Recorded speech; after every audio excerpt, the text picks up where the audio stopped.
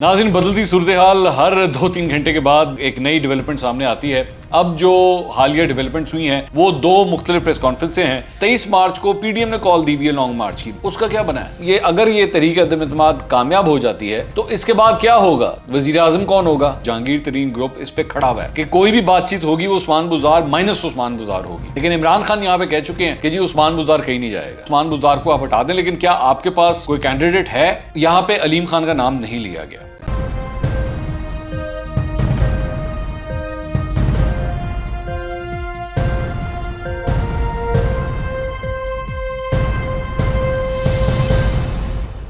अस्सलाम वालेकुम नाज़रीन, मैं हूं मंसूर अली खान। अपने यूट्यूब चैनल के ऊपर आपको खुशामदीद कहूँगा। सबसे पहले आपसे दरख्वास्त के चैनल को सब्सक्राइब करना मत भूलिएगा और बेल आइकन ज़रूर प्रेस कीजिएगा।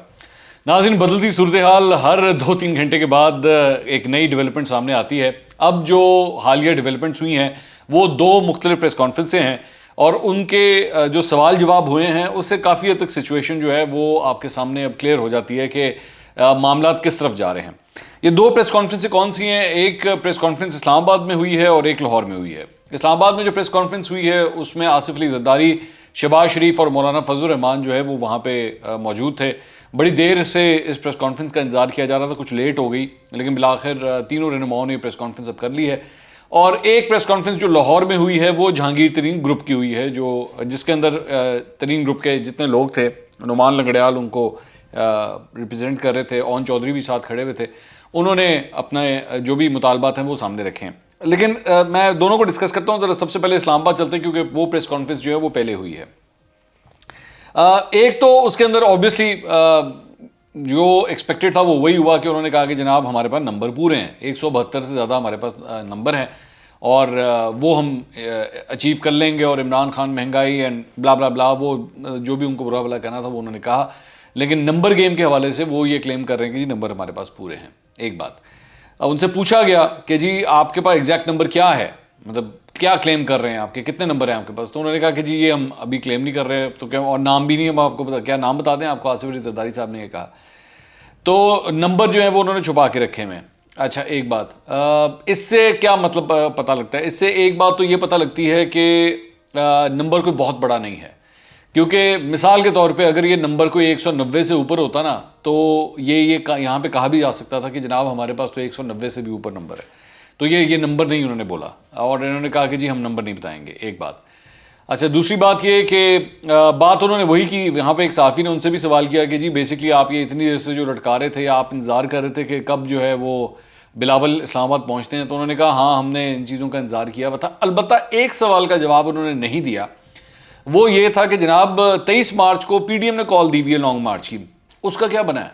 क्योंकि मेरी इतलात के मुताबिक ऑन ग्राउंड अभी तक इन जमातों ने कोई तैयारी नहीं की हुई है, ना नून लीग ने ना JUFA ने इस किस्म की किसी किस्म की कोई तैयारी नहीं है। क्योंकि हमें पता लगना शुरू हो जाता है, मोबिलाइजेशन थोड़ी बहुत स्टार्ट होना शुरू हो जाती है। इस किस्म की कोई अभी एक्टिविटी पंजाब के अंदर नज़र नहीं आ रही। तो आया वो लॉन्ग मार्च अभी कायम है या नहीं कायम? क्योंकि अब इन्होंने ये नो कॉन्फिडेंस की जो मूव करती है उसके बाद क्या उसका कोई जवाब रहता है या नहीं रहता, ये एक सवालिया निशान है। अच्छा, अब ये तो जो मामलात हो रहे हैं वो हो रहे हैं। जो सवालात जिनके जवाबात नहीं दिए गए या गोलमोल जवाब दिए गए वो क्या थे? एक सवाल का जवाब ये था कि ये बताइए कि अब ये अगर ये तहरीक अदम एतमाद कामयाब हो जाती है तो इसके बाद क्या होगा? क्या 3 महीने के बाद इलेक्शंस हो जाएंगे, आप फॉरन इलेक्शंस कॉल करेंगे? ये क्या जो भी अगला सेटअप आएगा वो 1.5 साल पूरा करेगा? क्या करेंगे? इस पर कोई जवाब नहीं आया। ये अभी तक इसको डिस्कस नहीं किया गया। दूसरा, वजीर आजम कौन होगा? कोई जवाब नहीं आया इस सारे मामले का भी। अच्छा, उसके बाद तीसरा इस सारे मामले के हवाले से कि अगर ये तरीके अदम एतमाद जो है वो कामयाब होती है, इसका पंजाब के साथ क्या ताल्लुक है? क्योंकि पंजाब के अंदर भी एक एक्टिविटी जारी है। जारी बात है, जो जहांगीर तरीन ग्रुप और उस्मान बुज़दार की जो दौड़ें लग रही हैं इधर उधर और अलीम खान जो रोल प्ले कर रहे हैं, उसके हवाले से भी कोई अपडेट नहीं है कि क्या ये दोनों आपस में कनेक्टेड हैं। इधर तहरीक अदम एतमाद के लिए अगर जमा करवा दी गई है, अब तक इधर जमा नहीं करवाई गई, पंजाब में अभी तक जमा नहीं करवाई गई। तो क्या इसका इंतजार किया जाएगा कि इमरान खान साहब के खिलाफ जो है वो पहले जिस तरफ भी जाना है इसने, जिस पास से भी लगना है, तो उसके बाद कुछ हो?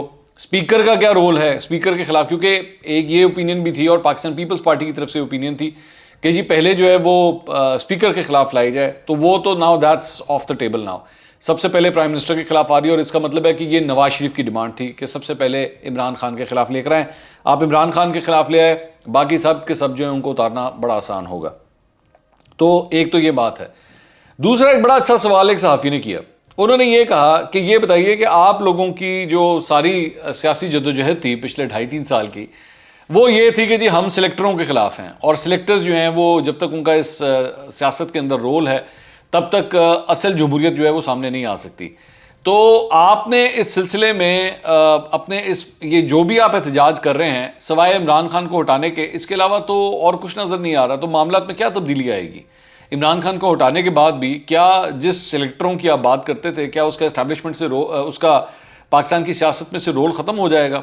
उसका भी इन लोगों के पास कोई जवाब नहीं था। वो भी गोलमोल बात ही हुई है। और ये हकीकत भी है कि ये नज़र भी आ रहा है कि इन तमाम सियासी जमातों ने जो अपोजिशन के अंदर शामिल हैं, उन्होंने ये फैसला कर लिया कि जनाब हमने जो भी सियासी मूव करनी है वो करनी है इमरान खान के खिलाफ, बाकी हमने किसी को नहीं छेड़ना। वो न्यूट्रल हुए हुए हैं, उनको ना छेड़ो, बस ठीक है, अपने काम से काम रखो। इनका फोकस जो है वो सारा इस वक्त इसी तरफ है। तो बाकी अपोजिशन की क्या प्लानिंग है, और उन्होंने हाँ इस बात का इकरार किया कि हाँ जी हमने सारे हर कदम जो है वो हमने खुफिया रखा है, छुप छुपा के हम करते रहे हैं, और लग इसी तरह ही रहा है कि आगे भी इसी तरह ही करेंगे, क्योंकि इनको ये लगता है कि हम जितना इसका ढंडोरा पीटेंगे या अंदर की बातें बाहर बताएंगे तो इसका हमें नुकसान होता है। तो अब कोशिश यही होगी कि अपने लोगों को जो है वो संभाल के रखा जाए। एक खबर मैं आपके साथ जो है वो मैं शेयर कर दूं कि नून लीग ने जो है वो अब अपने जितने भी कौमी असम्बली के मेंबर्स हैं, इनके छोटे छोटे ग्रुप बनाए हुए हैं, और ये ग्रुप्स जो हैं वो बेसिकली इनका एक लीडर बना दिया गया है कि जनाब आपने इन सबको जो है वो फोकस पे रखना है और आपने इनको जो है वो आगे लेके चलना है। एक चीज़। अब दूसरी बात ये, अब आ जाए ज़रा जहांगीर तरीन के हवाले से। नुमान लंगड़ियाल ने जो है वो तर्जुमानी करते हुए एक प्रेस कॉन्फ्रेंस की, और उसके अंदर 3-4 बातें की हैं जो बड़ी इंपॉर्टेंट है। एक तो उन्होंने क्लियर कट, ये मैं आपको अपने पिछले व्लॉग में बात बता चुका हुआ था कि उनकी जानिब से आ चुका है कि जनाब उस्मान बुज़दार को जाना पड़ेगा, हर सूरत जाना पड़ेगा। मैंने आज की तारीख का जो पहला व्लॉग है, मैंने उसके अंदर ये बात कही थी कि जी जहांगीर तरीन ग्रुप इस पर खड़ा हुआ है कि कोई भी बातचीत होगी वो उस्मान बुज़दार माइनस उस्मान बुज़दार होगी। लेकिन इमरान खान यहाँ पे कह चुके हैं कि जी उस्मान बुज़दार कहीं नहीं जाएगा। ठीक है, तो इसका मतलब है कि यहाँ पे आके जो है वो एक डेडलॉक की सूरत हाल जो है वो बन गई है जहांगीर तरीन ग्रुप और हुकूमत के दरमियान, कि वो तो इमरान खान साहब उनसे पीछा नहीं छुड़ाएंगे। लेकिन एक डेवलपमेंट जो है, जो मुझे पता लगा है, जहांगीर तरीन ग्रुप के अंदर थोड़ी सी इस सिलसिले में रिजेंटमेंट पाई जाती है। वो किस तरह है वो मैं आपको बताता हूँ। वो ये है कि अलीम खान की इस्लामाबाद के अंदर ये जो आज मुलाकातें हुई हैं और 24 घंटे के अंदर अंदर हुई हैं, मिसाल के तौर पे इन्होंने कल ही जहांगीर तरीन ग्रुप ज्वाइन किया और आज इस्लामाबाद में जाके इनकी मुलाकातें हो गई। मेरी इतला के मुताबिक जहांगीर तरीन ग्रुप को इन मुलाकातों का नहीं पता था, जो अब तक मेरे पास इंफॉर्मेशन है, क्योंकि आज सुबह जहांगीर तरीन ग्रुप के चंद लोगों से मेरी बात हुई थी, तो मैंने उनसे सवाल किया कि मुझे पता लगा अलीम खान इस्लामाबाद पहुंचे हुए और वहां पे उनकी मुलाकातें होने जा रही हैं। तो मुझे ये कहा गया कि नहीं ये कोई ऐसी बात नहीं। तो इसका मतलब है इनको इसकी इंफॉर्मेशन नहीं थी। अब एक तशवीश जो पाई जाती है जहांगीर तरीन ग्रुप के चंद लोगों के अंदर, वो ये है कि भाई हमें तो यहाँ पे इन्होंने ज्वाइन कर लिया और हमें ये इंप्रेशन दे दिया कि जनाब मैं अब आपके साथ हूं। ये इस चक्कर में कहीं कोई अपने खाते की डील तो नहीं निकालने चले गए वहां पर इस्लामाबाद के अंदर, क्योंकि नुमान लंगड़ियाल ने आज ये बात कही कि जी एग्जैक्टली बड़े ढके छुपे अल्फाज में उन्होंने बात कही कि जी आप जानते हैं कि कल ही अलीम खान ने हमें ज्वाइन किया है, और मैं ये आपको कहना चाहूँगा कि अलीम खान कोई भी फैसला जो करेंगे वो फैसला जो है वो जहांगीर तरीन क्योंकि ग्रुप के सरबराह हैं, तो अल्टीमेटली ये फैसला जो है वो उन्होंने करना है। तो लग इस तरह रहा था कि बेसिकली वो एक ये बात कहना चाह रहे हैं कि भाई यहाँ पे ये मत सोचिएगा कि अलीम खान जो है ना वो कोई अलग से कोई डील कर लेंगे, जो कुछ भी डील करनी पड़ेगी वो जहांगीर तरीन के अंडर रहते हुए करनी पड़ेगी। एक बात। अच्छा, दूसरी बात यह कि यहाँ पे भी उनसे सवाल किया गया कि आप लोग ये बात तो कह रहे हैं कि उस्मान बुज़दार को आप हटा दें, लेकिन क्या आपके पास कोई कैंडिडेट है? तो यहाँ पे अलीम खान का नाम नहीं लिया गया, यहाँ पे और किसी शख्स का नाम नहीं लिया गया। तो ये भी एक साइन था कि अगर कहीं पे कोई ये सोच रहा है कि अलीम खान जो के लिए बड़ा आसान हो जाएगा, बड़े आराम से जो है वो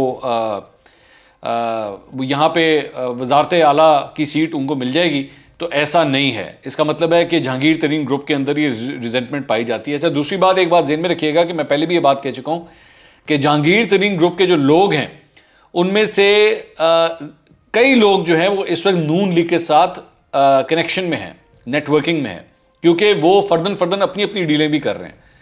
तो बहुत मुश्किल है कि इन लोग, ये जिन लोगों के ऑलरेडी नून लीग के साथ मामला तय हुए में, वो जहांगीर तरीन ग्रुप को कोई ऐसा डिसीजन लें जो एक्चुअली नून लीग की फेवर में ना जा रहा हो। इसको समझने की कोशिश कीजिएगा, क्योंकि अगर उनको अगले इलेक्शंस के अंदर वो टिकट्स चाहिए तो अभी से नून लीग जिस तरह उनको चाहेगी कि वो इस तरफ वोट करें या उनकी हिमायत जो है वो फलां शख्स के पीछे हो, तो वो उधर ही जाएगी।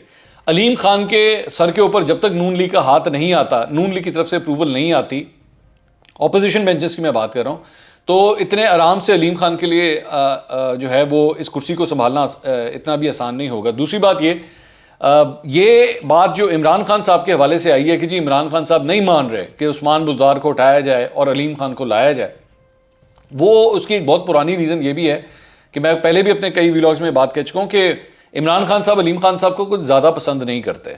और मैं खुद ये समझता हूँ कि अगर उनको आज भी, अभी भी मैं एक मार्जिन छोड़ रहा हूँ कि अगर उन्होंने अलीम खान को एक्सेप्ट भी किया तो बड़ी एक कड़वी गोली होगी जो इमरान खान साहब जो है वो खाने के लिए राज़ी हो जाएंगे।